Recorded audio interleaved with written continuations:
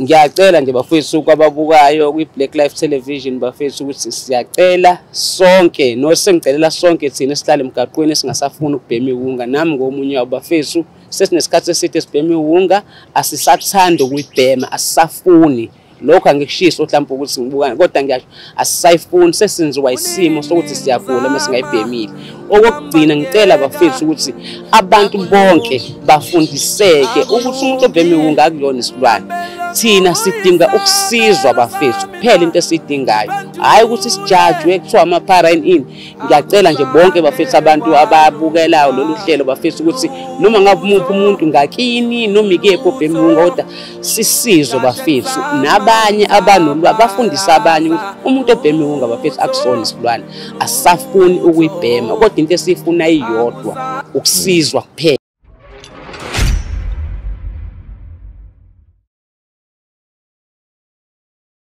Oh, siyakwamukela ku Blaqlife TV show kuhlelo lethu lithi EKSE LOKISHI. La ngiphethe uSinawane ngisafisa ukuzwa ngoSinawane lana ukuthi kwenzakalani. Sinawane ngicela uzisho igama bakubiza ngoba Sinawane igama. Igama lami ngumzokuthula mfethu ngowakaZondi isibongo ngokuhlala ngandengeze eMaranhill. Kandengeze eMaranhill. Yeah. Kephi nondengeze eMaranhill? Emsakweni. Awu, wemakasi lamakazi oya ngiyayithola. Ngiyabona undengezi lapha komsakweni kosithethe bani. Alright ngiyayibona. Ngiyakuzwa ke bafe. So lathi yini ekuthathe yakubeka laba fo la ngoba ngiyakubona sekuthola ukuthi okay niyaphanda ngendlela eniphanda ngayo la. Yini ngathi nje mhlambe ikuthathe yakubeka la namhlanje njengula.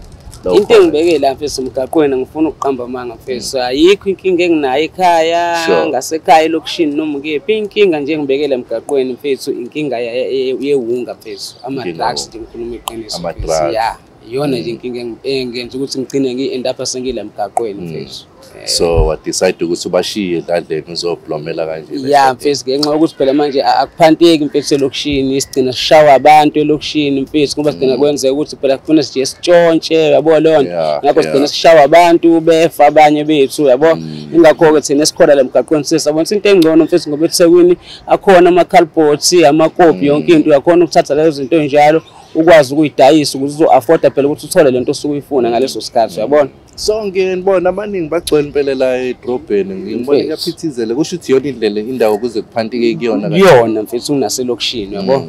injalo nje mfethu. Ngiyakuzwa Sinawo nesikhathi esingakanani la ngineminyaka yo-8 mfethu ngemgaqweni khona le stradini ya kodwa ke ngiyahamba ngibuye ngiye ekhaya mhlambe ngifike ngihlale mhlambe lo 4 months kanjalo ngibuye kodwa nje i8 years impela mangingaphosisi nje mfethu sengushoshobile ngibuye ekhaya ngiphinde ngibuye kanjalo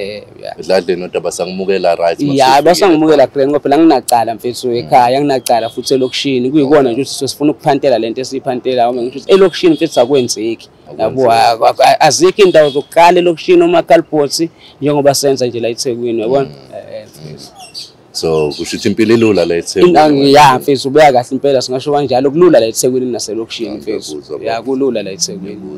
kulula la eThekwini. So nje dladleni bake bethini ke khona mabeze ukuthi uphile bathini nje dladleni makuthiwa mhlawumbe ufikile ngaleso sikhathi ngoba phela uyasho ukuthi uphile impilo yakho la estradini then kunakho futhi ukushaya around koMaranhill dladleni yobabona bake bathini bona ayikho motivation abakupha yona mhlambe eze ama-parents ama-guardian yakho ukuthi like ngingathini nje mfethu abathandi mfethu abajabuli futhi yabo kodwa ekutheni mfethu ngoba sibalele futhi abathandi futhi abajabuli kodwa futhi bona laba engihlala nabo ekhaya ngathi kuyabakhulula mfethu ukuthi ngibe la emgaqweni izizathu engishiswa lokho yazi ngishiswa yini lokho ekhaya bayasebenza abantu abaningi imina kuphela ongasebenza ekhaya sinezi ngoba sibhema lama-drugs esiwabhemayo uma ngabe ngihleli ekhaya egcekeni emini ngihleli nabo angithi yabo manje lokishini ukuthi akuphanteka ayikho indlela yokuthwanda so manje ngindapha sengitshontshela bona yabo ngoba wenzela so manje bona abasakhululeki uma bemsebenzini noma bekephi yabo ngoba umuntu uthame semsebenzini uyacabanga ukuthi ngizini ngizobuya ingekho yabona yini ngizobuya ingekho yabo so nayo leso sizathu mfethu bona bayajabula umuntu mefikile ekhaya ukuthi awujabulile ukuba ukhona kanje yabo manje lenzeki iphutha mhlawumbe uthi ufikile uvakashile ubothi mhlawumbe nawe uvalekele ubone naye ifoni ilahlile la uthuka usuyithatha ufikile uvakashile ngathini mfethu asifani mina ngifuna ukuqamba amakhe ngabe ngiyakutshena bafo yabo into ezikanjalo mfethu enjengomafoni inabo sister wami mfethu ngiyakuntshontsha mfethu yabo leyo nto ngoba phela ngisuke ngifuna ukuthola lento engisuke uyifuna ngaso sikhathi yabo leyo nto umqobo mfethu ngesikhathi mfethu usafuna ukubhema umqondo awubi nawo awucabangi yabo mase ngiyintshontshile ifoni yami mfethu noma nga sister yami noma ngathatha nje ekhaya amabhodi into kanjalo ngihamba ngokudayisa yabo mase ngibhemile ingalikathi sibuya ke ingqondo ukuthi ish ngenza into wrong mfethu yabo leyo nto ingqondo ibuya ngaleso sikhathi sengidlile yabo once ngabhema mfethu leyo nto engibhemayo mfethu athi ngisuke sengifisa ngisho indlela ukuthi ngenza kanjani ukuthi mfethu ngibuyisele imali yalabantu emuva ngithathe lento ye-oledi ngibuyisele ekhaya kanjalo mfethu kodwa ngeke kuze kwenzeke angizwa yabo into kanjalo mfethu musubhemile mfethu yabuya ingqondo iyabuya khona ya ingqondo yabuya musubhemile hayi ukuthi ngoba ngingacabanga no ukuthi ngoba asicabangi bafethu yabo siyacabanga bafethu kodwa ukuthi umqondo uyama ngalesikhathi phela uqalekele iwunga mfethu uyama ukwazi ukusebenza mfethu ubuyele ngendlela yabona musubhemile ila sengibuyela khona ingqondo sengibona ish lento engenzile wrong mfethu athi ngiflopile ukuthatha ifoni yesister akusekho ukuthi uyekho mfethu ngithatha mhlawumbe uchazela into akusekho ukuthi ngenze kanjalo manje ngixoliseke yazi lapho sekukhoza iphi inkinga sekudingeka manje ukuthi ngenze njani ngibaleke ngihambe ngeThekwini basi bebuye kungcona ngikho awuseke ngithi yabo leyo nto isona bakazi biqhamukele mhlambe nohlelo lokuthi uthola umsebenzi ngoba ngizwe ukuthi abantu abasebenzayo bonke bakazi bizamele mhlambe nawe uyikhiphe busy yabo uthola mhlambe lo msebenzi ayikho indlela abayizami kanjalo mfethu angifuni uqamba manga sebezamile kakhulu mfethu abafethu basekhaya mfethu ngizalwa nabo angifuni uqamba manga sebezamile mfethu bengithatha bengifaka esipanini mfethu yabona khona ngisipane mfethu kodwa kuyikona uthola ukuthi manje mhlambe kufanele kuphume nomsebenzi kiwe kude le mina ngeke ngikwazi ukuphuma ngobani ngibhema leli drugs angilibhemayo mfethu ngisabona yona manje abotha wazi ukuthola ngikwazi mfethu yabo ngikwazi mfethu yabo ngibona ufake neringi la ushadele mama mfethu angishadile awusami awushadile hayi lutho awusami nje kuyifakela nje just kuyifakela yeah mfethu just kuyifakela but ifake kulomuno wokushada hayi lutho njayami fakho abantwana nabo kodwa mfethu yanginazi ingane mfethu yeah ihlala noba ingane izingane mfethu seyodwa ihlala ekhaya mfethu seyodwa ihlala noma wayo mfethu ehamba state sisama state yeah yodwa siyama state yodwa sekhaya ngantengezi hlala no-oledi hlala ne-oledi mfethu yena uma sister nje angakazi nganani ingane umfana mfethu omdala uboy mfethu oneminyaka yo14 this year mfethu bese kuthi lo wesibili kuyintombazana oneminyaka yo9 yena mfethu this year yeah madoda kuzwa kahle baba so bafola thina la kwi Blaqlife TV show la kulelo hlelo lethu lesithi EKSE LOKISHI stila noSinawani kahle kahle so sidinga sifisa njengesikhuluma nani sifisa ukuthi oSinawani besizakale ngelinye ilanga singagcini ngokubagxeka kuphela uSinawani sondele kubona thina siyasondela sithe sithatha isikhathi sethu ukuthi sondele koSinawani siza inkinga yabuthi kephi oSinawani bafisa ukusizakala ngani uSinawani yabo ingakho sihleli nawe namhlanje la kwi hlelo leBlaqlife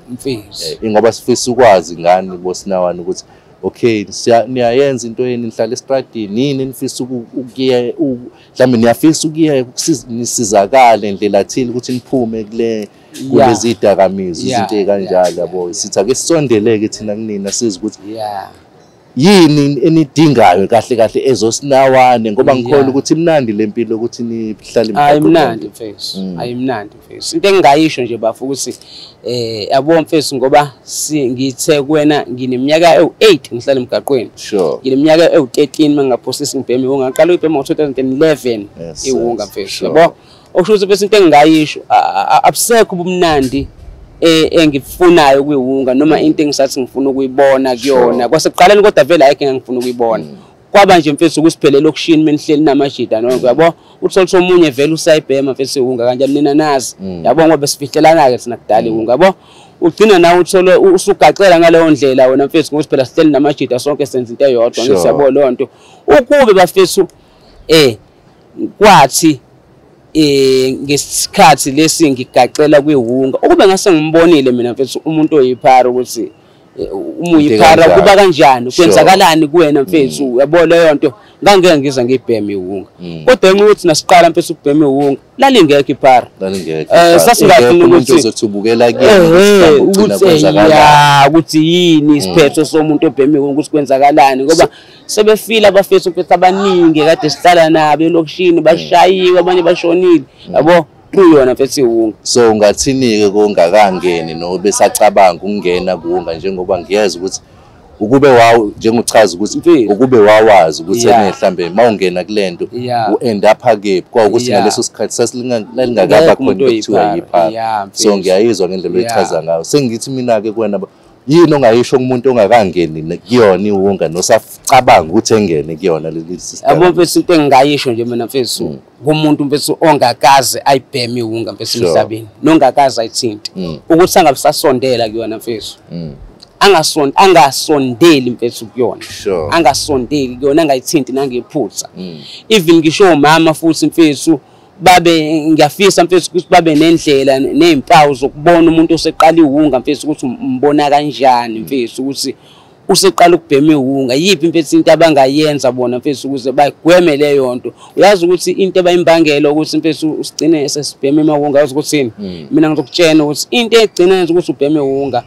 imali yabo mungabe uphiwa kini imali mfethu noma kanjani ezelokishini phela ngisho yabo vele sidlala sonke ndawonye elokishini kanjalo uphiwa mfethu kini imali uhlezi uyiphethe umfana omncane kodwa manje uhlezi uphethe imali angithi ndawone namajeti ilapho ke la iqala khona ke mfethu inkinga yabo ugcine lapho manje usewenza njani angithi niphethe imali vele la lokishini nje imali anisesipina seyingane mina nginemali mina ngeba ngifuna imali yesinkwe ekhaya ngeba ngifuna imali yerice lo mali ngazi ukuthi eyami mina ngithi yabo ngithi ngijabulise ngayo yona ke lonke inkinga ke cause ukuthi sigcine sesibhema iwunga ke manje ngale mali. Mhlawumbe iziphi lezo impawu nje ongathi mawuyibeka ukuthi abazali beqinisa ukuthi bebheke kuzona? Abona mfethu impawu abazali abangabona ngazo mfethu umuntu mase eseqala esengena kwiwunga noma esengenile lakha asenze example ngilinganisa ukuthi okay umuntu obhema inkantini ugwayo okuhlaza akafani nomuntu obhema iwunga. Uma ngabe ngibhema inkantini ugwayo okuhlaza uyabona ukuthi mina ngabe ngizocela u20 kuma ekseni ngangithatha whole day lo 20 rand ukubhema ngenkantini yabo. Why thatha whole day? Ngiyazi ngathatha hotel ngobani ngoba inkantini yabo mengithenge ibag ka 10 rand lo bag ka 10 rand ngiyakwazi lapho ukushuka mhlambe amadam mhlambe u3 awu4 angithi yabo lo futhi nakhona ngeke ngize ngibheme yonke manje ngesikhathi ngize ngiqede mhlambe ngizoshuka idam ekseni ngihlalele emini ngishuka idam ngihlalele. Uma ungabe usuqala ukubhema iwunga umzala kana kusesengana yabo ingane misi ngizocela u20 rand kuma ekseni mhlambe duku sengiphinde ngiza nesinye story futhi mhlambe nje emva kwe-hour sengizocela futhi mhlambe u30 rand yabo u20 rand duku futhi kuyabo futhi ntambama futhi sengiphinde ngicele futhi mhlambe u30 rand uma ngabe ngibhema enkantini mengicela imali kumaya ngicisha angidinwa angibi nankinga ngidinwa ngoba ngiyazi enkantini ngiyithola noma kanjani maningi amajita. Uma ngabe manje sengicela imali kuma ethi akanayo sengiyadinwa yabo la kuma uyalinganisa mhlambe khona uphaqade nginabo ekhaya enye into efuna bayinaccess abazali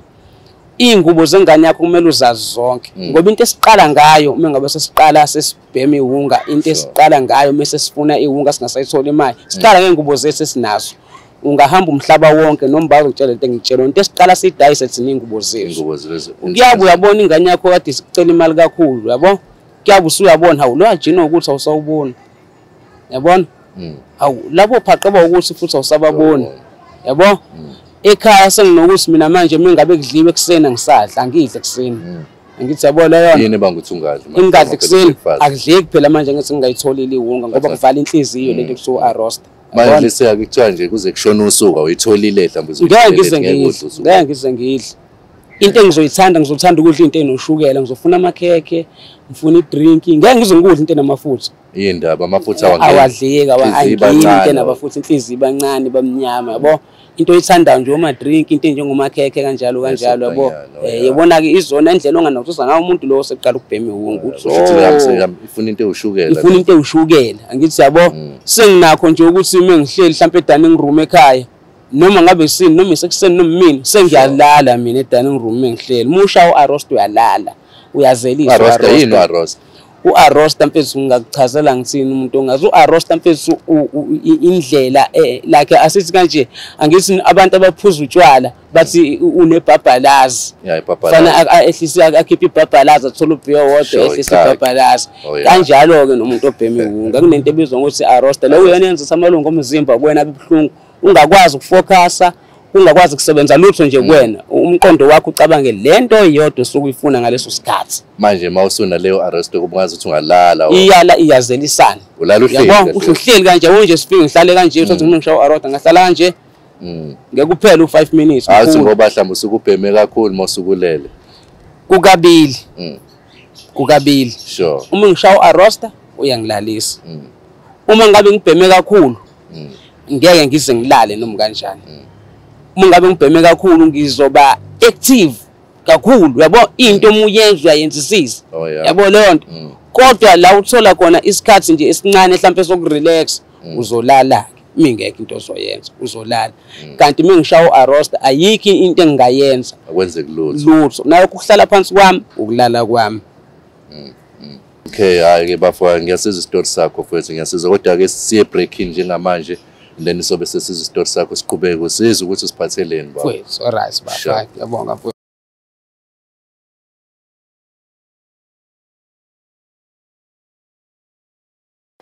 So bafo iziphi nje izinto suke wahlangabezana nazo nje since waqala lempilo lokuhlala kanje estradini ingqinambi nje suke waboshwa suke kwenzakalani nje since nje uphila lempilo osuphila kwasuka edladleni mfethu angithi mfethu ukuba la emgaqweni mfethu sure kunengqinamba eziningi mfethu yabo mfethu ngoba ubona nginale ngozi la ekhanda oyibonayo angingakaze mina ngitshene empilweni yami mfethu nje ngisakhulu ukuthi ngingaba nengozi ngishawa umuntu ngangakaze ngitshene lokho mfethu futhi ngangakaze ngitshene ukuthi ngingaboshwa mina ngingene ejele ngangakaze ngitshene lokho kodwa mfethu kwathi ngoba nakho sengibheme iwunga sengihlala emgaqweni kwase kwenzeka lokho uma uhlala emgaqweni bafethu iningi ingqinamba ekhona emgaqweni uma uhlala emgaqweni ohlezi ulindele noma yini noma ingasiphi isikhathi mhlambe njenganani nje uma uhlala emgaqweni bafethu uyashawa ungenzanga lutho abantu abafani khona abantu abazi ukuthi umuntu obheme iwunga uyisilwane nobazi ukuthi into ongayenza noma kanjani vele akekho umuntu ongamkhulumela angithi sayibona leyo nto akusiyona wala wena yini ongayisho ke nje bafu ngiyakuzwa ngaleyo ndlela ukuthi mabebona umuntu mabebona wena babona into ukuthi uyibhonye yini ongathanda ukuthi beyenze mhlambe ngelinye ilanga nje kupho ukuthanda usizakala kona uyathanda kodwa usizakala ngiyathanda mfethu ukusizakala ngiyafisa ngiyezwa bafu uchaza nangale ngozi ukuthi wathola ingozi ngendlela ongayiqonda kanjani yini kwakwenzenjani kwenzakalani mfethu ngoba nginengozi esiphongweni sasilele ngoba sihlala emgaqweni should la silala khona mina ngiyiphantela ngama-calpots kuba ngathi ngicisha ama-calpots yonke into kwasho ukuthi abanye abafethu bazofika babamba umuntu inkunzi kanti lo muntu abambambayo inkunzi bambamba la duze wasilele khona lo muntu wakhona vele la eThekwini bona bazi mebebuya abantu ebusuku la thina silele angithi umuntu ubanjwe la inkunzi la silala khona mebebuya abantu ebusuku befike bephanga ngemoto la bafike basishaya sonke khona lapha esilele khona manje bayitshela bayitshela lo muntu lo babamba inkunzi shuthi uvuke la wasebamba umuntu inkunzi la sase sishabo nje isibhamu lesabangishaya ngaso la ekhanda bangishaya ngesidunzi sesibhamu la ekhanda yabo leyo nto emva kwalokho uma ngabe sekufika amaphoyisa angithi yaboyeza la uma ngabe sekufika amaphoyisa akusashiya ukuthini ukuthi lo ubashaywe kade abashaywe kade bebamba inkunzi sengiyaboshwa ngaleyo ndlela ke angithi yabo leyo nto ubamba inkunzi engingazange ngiyibambe amaphoyisa angithi labantu esebeshayile afica mina nginegazi sekuthiwa kade bebamba inkunzi lapho sengifika ngiyaboshwa ngaleyo ndlela sengithwala icala engingalazi ukuthi amaphoyisa manje afike futhi usuvuza negazi sengivuza negazi sekuthiwa ibona kade bebamba inkunzi ke lapha sengiyaboshwa ngaleyo ndlela sengihlale wesivili ngecala engingalazi izinyanga ezu9 ngingakaze ngibamba umuntu inkunzi ngingakaze ngicabanga futhi ukuthi ngoze ngimbambe inkunzi uzagcina uphume kanjani ngagcina ngiphumile ke wesivili kodwa ngenxa ukuthi ke ubufakazi umseshi mina ngazi ukuthi into yangiphumisa kwezivile ubuseshe ukuthi ubufakazi abuhlangani ubufakazi iyona into yagcina ngizintini manje babuya ngabo lobo busuku ngalo lolo so same time ngalo langa ebanjwe ngalo inkunzi babuya same time lo muntu ubanjwe bamba inkunzi la ngekhazini mhlawumbe ngabo 7 thina siqala solala ngabo 11 ebusuku bayabuya labantu thina sisalele lapho ubanjwa kodwa nani khona silele thina noma sibona ukuthi iseThekwini la noma sibona bambamba inkunzi kodwa ngeke senze lutho phela ngoba iseThekwini la yabona silalela mase bebuya ngabo 11 sekushaya abantu abarong amaphoyisa amefika mina ngilimele ngivuze igazi kade bebamba inkunzi lapho sengiyaboshwa ngalo ndlela sengihlale wesivili inyanga ezu9 ngizabo sengihlale wesivili inyanga ezu9 yabo sengiyaboshwa ngalo ndlela ngeke engingayazi ngingakaze ngitshela ukuthi ngingangena ejele yabo wawungakazi ungene before ngangakaze ngingene ejele ngize ngaqala mina ukuboshwa kuba sengihlale emgaqweni sengibhema ihunga ngangakaza ngazi hey zemistori sakho bafo kodwa ke bafo ngoba thina sikhona Blaqlife TV shows sidila nabo abantu abafana nani bafethu siyafisa ukuthi nisizakale nabantu abanibukelayo bafethu besondele kunini bengagcina abantu bebukele benijaja nje ngade ichaza omunye ubaningi besichazela ukuthi abantu bafisa ukuthi abantu besondele bezwe inkinga yenu ukuthi nifisa ukusizakala ke ngagcini ngokuthi sibone iphara iphara into yokuthi kanti nina nidinga usizo ngaleso sikhathi thina ke Blaqlife TV show sidila nabantu abafana kanani bafethu EKSE Lokishi so sponsor show yenu Buddha Bright show yethu thina bafethu sidila negenge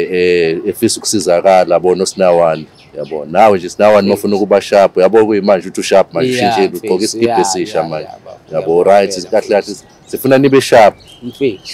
so wena sinawani nini ke nje mhlawumbe ungayisho emphakathini ofisa ukusizakala kuyona nje emphakathini yini othanda ukuthi bekusiza ngayo abantu ababukayo lolu hlelo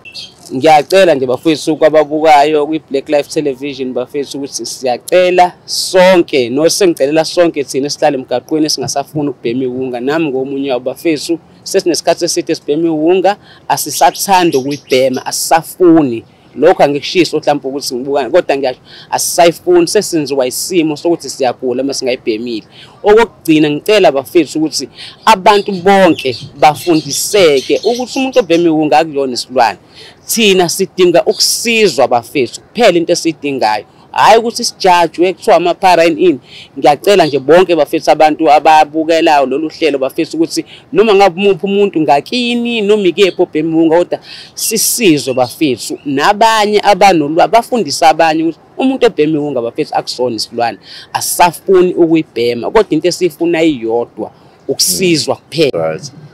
so ngiyakuzwa bafo since nje wena njengoba usho ukuthi uyathanda ukusizakala ungathini komunye obuka elayo lolu hlelo leBlaqlife TV osafisa ukungena kuleli zidakamizwa nosaplana nohalelayo ukuthi naye engene kuzona ungathini kuyena ongakayibhemi ihunga ngingathi kuyena angabe sayithinta bafowethu angabe sayibhema ihunga akuyona into enhle uzofa uzoshawa abantu uzoshintsha ihunga ishintsha lonke uhlelo lempilo yakho kade uliplanile wena usakhula ilushintsha lonke ngento encane nje eyodwa kodwa impilo yakho izoshintsha yonke mfethu ngeke usabi lento ade ufuna kube iyona empilweni ngeke usa-achieve lutho empilweni ngeke usacabanga lutho empilweni ngikutshena ngento engiyaziyo mina esiyenzeke kumina kade ngisebenza mina nginawo yonke into sengilahlekelwe into yonke kade nginayo empilweni yami so ngiyafisa ukuthi omunye angafani nami anga-end-up eselahlekelwa into yonke kade nayo empilweni yakhe ngenxa yehunga ngineminyaka ewu34 ngileminyaka ewu34 ngangitshena ukuthi kosikushaya lesikhathi bese nginayo yonke into empilweni yami kwakuzokwenzeka futhi lokho ngiyazi into eyinkinga ngento encane eyodwa kodwa impilo yakhe ishintshe yonke ife yonke iphele yonke ongakaza ayibheme akangabe sayithinta so wakwazama kodwa ukuya ema-rehab mhlawumbe izinto ekanjalo ufuna usizo ukuthi usizakala uphume kulezini angikaze ngiya e-rehab angikaze ngibe nalelo thuba lokuthi ngithole indlela yokuthi ngiye-rehab kodwa ukufisa ukuthi ufike ngiyafisa futhi ngiyafisa thina masikakuthatha Blaqlife TV sikhambise khona kwi-rehab ngakujabulela lo ngabe nje impilo yami isibuyele esimeni sayo ngale ndlela engangifisa ngayo ngabe sibuyele esimeni sayo ngale ndlela engangifisa ngayo akhona kodwa ama-skills onawo umsebenzi oyaziyo mhlawumbe kanje mangathi usuphumileke kulezi dakamizwa ngoba phela kufanele kulungise impilo yakho damthola umsebenzi usebenze yonke leyo ya mfethu into engiyazi kangcono emhlabeni nesengike ngayenza ukushutha amafilimu kwaproducer kwabhala iyona kuphela into engiyaziyo emhlabeni iyona kuphela into engiyaziyo leyo ikhona kodwa wakwayishutha khona sengayibhala yaphinde ya directwa yimina futhi ukuphumelela kwentandana abaningi bayayazi lo film eshuthele Waterloo eVerelem Waterloo uphumelela la kwentandana uphumelela kwentandana oh yeah moyisesh yakwazi uyithola leyo movie ukuthi angazi ke abafethu labesebenzini nabo ukuthi benza kanjani bakwazi ukuyifaka yini kuleyo ma social media kanjalo na face kuba leyo film yango 2013 yayibhalwe yimina oh yeah yabonga ngokuthi nje kodwa amakhopha asakhona akhona amakhopha so yini ofisa ukusizakala kuyona ke wena beside ke mhlambe kwiskill afisa ukuthi sivuseleleke leso skill osichazayo ukuthi umbhali ya ngiyafisa bafethu ukusizakala bafethu ukuze ngizokwazi ukuthi ngibuyele kuyisayona into engiyazi kangcono emhlabeni le ayikho enye ngiyaziyo ngiyafisa bafethu ukuthi ngikwazi ukuthi ngiyeke iwunga nje kahle impilo yami bone esimeni sawo ngiphinde ngiqhubeke futhi nalokho bafethu esizwakela nokumeneja ke ngoba nginabantu abaningi mfethu abakhala kakhulu yabo mfethu baningi abantu abalimala ngesikhathi ngibhemuna manje abasakhala kade kuyimina mfethu kade ngiphethe mfethu osonkondla amaciko mfethu mina kade ngwameneja bafethu so manje ngitheme sengena kwiwunga baningi basakhala namanje mfethu yabo basakhala mfethu ingakho ngifisa bafethu kuyeke iwunga ngizokwazi ukuthi mfethu ngiphinde ngiqhubeke futhi ngoba bayakholelwa mfethu kumina ngoba bayazi ukuthi imini ngikwazi ukuthi ngiyenze leyo nto kuphela yabo leyo nto bayakhala bafethu masingahlala phansi sibhale izimovies singabhala imovie evuthayo singabhala imovie mfethu evuthayo ngiyidirect ngiyenze konke akukho engingakwazi ukwenza ngefilimu ngakwenza konke ukwenza konke yona into engiyazi kangcono ke emhlabeni le ayikho uBlaqlife TV ungangisiza nje bafethu ngiyathembisa bafethu ngiyathembisa futhi yadinga ukukhaseka kulezi zinto oyidingayo lezo zezayo ngiyafisa yini ongajabulela ukuyithola nje masebezwa abantu ababuka iBlaqlife TV since usho ukuthi uyiciko nawo mfethu yini ongafisa ukuthi ukhaseke kuyona mhlawumbe ukuthi nobukayo ozwayo ubukela iBlaqlife siyabona nje mfethu uma ngithola nje mfethu izinsiza zokusebenza zokwenza wonke umsebenzi wamafilimu ngabe impilo yami buyele esimeni sayo mfethu ngabe buyele esimeni sayo kodwa komele siqale sidlule lapha erehab qala ya moya uyavuma yaserehab awu ngiyayivuma mfethu ngiyayivuma baba ngiyavuma mfethu ngeke ngizometha abanye rehab phela ukuthola enithiwa lento nje nakhona ama medication nakhona awekho ezingeni kwenzakalani yabo mfethu kube ngisho kuhlukene ama rehab ahlukene ama rehab ahlukene abake bahamba ama rehab ke emakubo kunamandla bokuthi bayiswe ama rehab bake bachaze kanjalo bososihleli sixoxelana ngoba phela mesihleli lamgaqweni siyaxoxa baningi asebeba ama rehab yabo nje siyaxoxa kanjalo ukuthi sawo into eyinkinga erehab mfethu mhlawumbe uthola ukuthi la ngiyalenganisa uma uzovela ungithathe mina ukuthi angihambe ngerehab akho medication akho lutho lo rehab ngizohlala 2 days noma 3 days ngeke ngikwazi ukuhlala khona ngoba kuthiwa nginama rehab kanjalo ovela uthatha ubeke khona ukuthi ngeke uyeke lesidakamizwa esikhona emhlabeni ngeke usiyeke ngegazi ingeke into oyisebenzisele ngeke manje kuthiwa itholakala izinto zokuthi ukhiphe ema rehab ngasayitholakali ikaziphi yona impangelo ukuthi abantu beqa ama rehab babuye beza lamgaqweni ngoba bayithola into abasebefuna uyabona isona sizathu ngicabanga ukuthi sona esibalesa abantu ama rehab leso bagcina sibebuye beza lamgaqweni futhi game so shuthi sizakale manje asuthi singasho njalo futhi alukho usizo ema rehab ukuhlala lapha benificisha ukudla nje phela uyabona leyo nto mfethu lento ikanje bafo asiqale sithi rehab ufuna uqale la emqondweni wakho kuqala yabo before uthatha uyiswe kuyona wena yabona ngoba ngisho kanje ngithi mina into ebalekisa amathi ema rehab ukuthi azikho izinsiza lezi zakhona zanizana yabo asikuvume lelo phuzu liyiqiniso kodwa asiphinde sifuthi sibulele lesibili lokuthi uma ngabe irehab isikhona kwena emqondweni wakho mfethu ungangithatha mfethu ungibeke egcekeni kungekho lutho kodwa mase ngithe mina emqondweni wami angisayifuni iwunga manje ngizoyiyeka enye into futhi game put lesithathu umuntu akangangithathi athi ungiyekisa iwunga mase yangithatha futhi ungibeka phansi nje kanjalo ngihlale ngenzi lutho isimo ngithatha phela ungiyekisa iwunga ungifake ema rehab ngentesana iba nento ozonginika yona wena uthi angiyenze lona ekuyiyona engiyaziyo ube busy ngibe busy nga something ungarelax ngingarelax yabona lo nto mfethu into kanjalo so kusho ukuthi yona indlela ukuthi ulapheke wena ukuthi usiwe rehab bese maqede mhlambe unikeze umsebenzi uthi into engizoyenza mfethu yabo iphutha elisuke ngoba baningi abantu bema rehab mfethu yazoba abuye eze kuthina la eThekwini sezozivala uGrand uSharp out yami yabo kuzophela mhlambe 4 months 2 months uyambona futhi usebuyile sesinayile emgaqweni yazi ukuthi isizathu salokho yini usemeyeke iwunga waphinde wahlala phansi futhi kubo wange yakhe into ayenzayo waboreka kuba yabona waphinde futhi wabhema iwunga sithi kodwa lo muntu mina ngimthatha ngomuntu osuke kwayena engakafuni ukuphuma kuyona ngoba into mosophumile phela kuyona lento kade ngisho ukuthi mingakabi khona la emqondweni yebo uyekisa ngoba ngamaphilisi akhona lawabizayo kube nani ngizoyibhema kodwa mesikhona la emqondweni wami ukuthi nje sisho sesikhathele bafethu angazi ukuthi ngingathini yabo ngisho noma ngilele emgaqweni ngedwa ebusuku ngiyacabanga angifuni mfethu ungasayifunda miningi bese eminyaka ngibhema sengilahlekelwe mfethu izinto eziningi bra wami ngayo engisithi ngicabanga ukuthi ngisanaso isikhathi ngina 34 years yazi ngisengakubuyisa konke wangilahlekele mangase mfethu ngithola ithuba kuphela mfethu lokuthi nje ngisizakala ngisengakwazi ukubuyisa usizo kuphela udingayo phela mfethu hawo uzothola usizo nababukayo la uhlelo ku Blaqlife TV bayamuza Sinawane ekhalela la sithi sicela abantu nosizo ezwayo emzwelo uSinawane la uyashisikiza lana uyaproduce uSinawane umbhalo la iciko leli ngihleli nalo la manje ubuciko balo kuphelelile manje kodwa ke sizolivusa soyithinithi uSinawane ebuyele lapho ngiyacela bafethu ababukayo nje iTV kwa Blaqlife TV bafethu ngiyacela nombani ongaba nosizo noma ngabe lani bafethu kodwa nje mekuzosizakala mina kuze kusizakale nabanye siyacela bafethu ebantwini mfethu abawu20 abahlala emgaqweni bawu2 kuphela abantu abasathanda ukubhema iwunga kulabo ngikutshela iqiniso mina engilaziyo the most asafisi sesibona into eziningi zenzeka emgaqweni kufa abantu phambi kwethu sileli nabo kwenzeka yonke into akumnandanga lokho ubona ayekho nje udoba qhamuka wasondela eduze kwene efisa ukuthi ikhalazo zenu akekho even ngisho ngathi wenzana akekho mfethu bagcina ngokufika bezosiphakela ukudla kuphela bayihambele kodwa ukuthi kube khona usizo abacela bangasinika lona abekho kanti na mfethu sidinga ukusizwa usizo kuphela osilufunayo ayikho enye into mesithola usizo bafethu ayisingabonga kakhulu bafethu siyacela nje ababuka iBlaqlife TV bafethu basipha usizo phela bafethu akumnandi usuku lonke uzohamba uqoqa mfethu igubha amakalpots wadayise ubheme uphinde kanjalo akuyona impilo emnandi lo abantu babone ngathi siyathanda kanti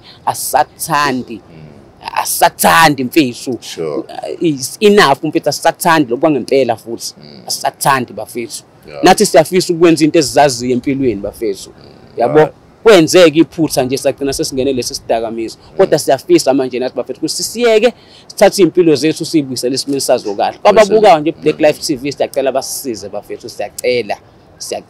hayi akuzwakela so asimzwile uSinawane libeke isitori sakhe la so thanda ukuthi nabanosi abathanda ukusiza uSinawane ke la mayelana nomsebenzi akawenza uSinawane uchazile ukuthi uyaproduce uyabhala umbhalo lihleli naye bhala inkondlo ubhala amamuvi ubhala yonke into ongathanda ukusebenzisana nokuxhumana noSinawane ngaxhumana neBlaqlife TV show kuhlelo EKSE Lokishi and then uzobe sethola yonke into ukuthi uSinawane ukhala ngani